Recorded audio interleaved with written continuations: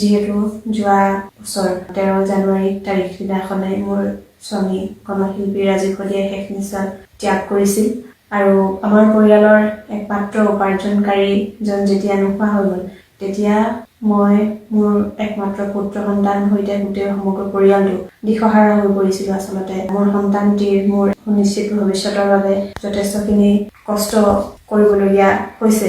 সংবাদ মাধ্যমৰ যোগেদি এটি খবৰ লাভ কৰিলোঁ যে অসমৰ মুখ্যমন্ত্ৰী মাননীয় ডক্টৰ হিমন্ত বিশ্ব শৰ্মাদেৱে কেবিনেট বৈঠকত এটি কথা ঘোষণা কৰিছে যে মোক তিনিচুকীয়া জিলাত এটি তৃতীয় বৰ্গৰ চৰকাৰী স্থায়ী নিযুক্তি প্ৰদান কৰা হ'ব বুলি খবৰটো পাই মনত যথেষ্টখিনি সকাহ অনুভৱ কৰিছোঁ।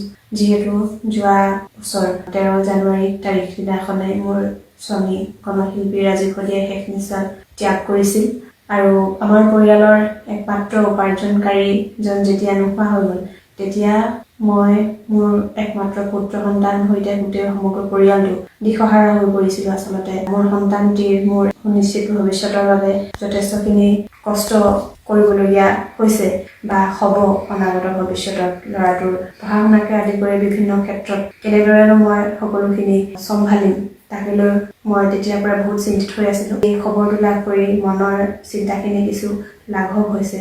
এই হিচাপতে মই মাননীয় মুখ্যমন্ত্ৰী ডাঙৰীয়াক মোৰ আন্তৰিক ধন্যবাদ আৰু কৃতজ্ঞতা জ্ঞাপন কৰিছোঁ আৰু তেখেতে যি ঘোষণা কৰিলে কথাটো হৈ উঠিলে মই অত্যন্ত সুখী হ'ম আৰু পুনৰবাৰ তেখেতক আন্তৰিক ধন্যবাদ আৰু কৃতজ্ঞতা জ্ঞাপন কৰিছোঁ। ধন্যবাদ।